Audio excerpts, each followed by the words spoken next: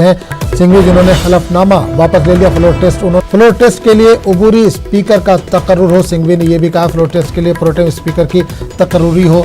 सिंघवी ने कोर्ट के सामने ये दलील भी रखी है। तो आपको एक बार फिर बता दें कि इस वक्त सुप्रीम कोर्ट में महाराष्ट्र को लेकर समाअत जारी है। कल भी समाअत हुई थी, जिसके बाद अदालत ने कुछ दस्तावेजात आज के लिए मांगे थे। आज दस्तावेजात लेकर वहां पर बीजेपी के वकील पहुंचे हैं। शिवसेना की जानिब से कपिल सिब्बल अपनी दलील पेश कर रहे हैं। फ्लोर टेस्ट होना चाहिए, कपिल सिब्बल ने कोर्ट के सामने ये बात रखी है। इसके अलावा सिंघवी ने भी ये कहा है कि फौरन फ्लोर टेस्ट होना चाहिए, फ्लोर टेस्ट की वीडियोग्राफी भी होनी चाहिए, कपिल सिब्बल ने यह भी कहा है। एनसीपी कांग्रेस के वकील सिंघवी ने हलफनामा वापस लिया है, फ्लोर टेस्ट फौरन होना चाहिए, सिंघवी ने यह भी कहा है। फ्लोर टेस्ट के लिए उबूरी स्पीकर का तकर्रुर हो, सिंघवी ने कोर्ट के सामने ये बात भी रखी है। फ्लोर टेस्ट के लिए प्रोटेम स्पीकर की तकर्रुरी हो, सिंघवी ने ये बात भी कही है।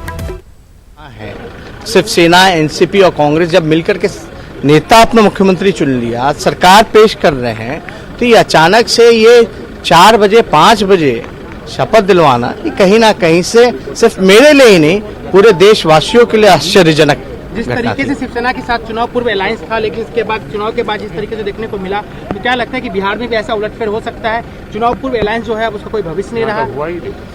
देखिए यहाँ जो है क्या होगा नहीं होगा, हम लोगों ने अपना जो माइंडसेट है वो पूरी तरीके से क्लियर छोड़ दिया।